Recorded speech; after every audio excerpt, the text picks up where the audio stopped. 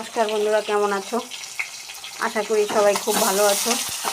এই দেখো লাফা শাক রান্না করব। তেলে দিয়েছি কালো জিরা কিছু, বুঝতে পারছো। এই দেখো কিছু কালো জিরা দিয়েছি আর একটু রসুন ফোড়ন দিয়েছি। মাছটাও একসঙ্গে ভেজে নিচ্ছি আমি। মাছ তো না, এটা মাছের মাথা। এবার দিয়ে দেবো কাঁচা লঙ্কা, যে যেমন ঝাল খাও সেই অনুযায়ী দেবে। এই দেখো লাফা শাক আমি কেটে বেছে 5-6 বার ধুয়ে নিলাম। একটা দিয়েছি বেগুন, একটা ছোট আলু। লাফা শাক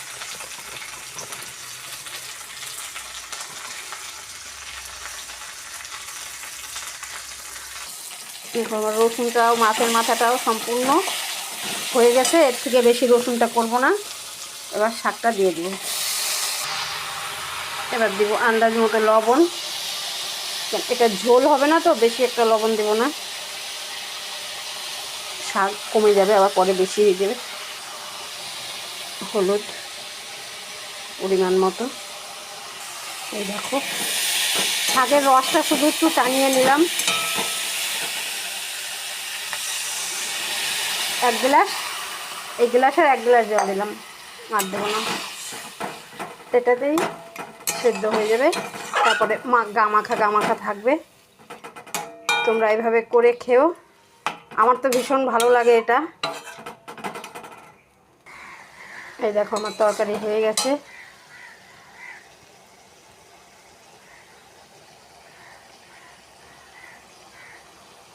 এর থেকে আর ঝোল রাখবো না, গ্যাস অফ করে দিলাম। তোমরা এভাবে করে খেয়ে তোমাদের কাছে কেমন লাগে কমেন্ট করে অবশ্যই জানিও। আমার তো খুব ভালো লাগে এটা। তো বন্ধুরা, ইউটিউব থেকে দেখলে ভিডিওটা আমার লাইক শেয়ার কমেন্ট করে সাথে থেকো। সাবস্ক্রাইব করতে ভুলো না বন্ধুরা। আর ফেসবুক থেকে দেখলে পেজটা আমার ফলো করে তোমাদের গুরুত্বপূর্ণ মতামতটা অবশ্যই জানিও। লাইক শেয়ার কমেন্ট করো। সবাইকে টাটা বন্ধুরা, সবাই ভালো থেকো।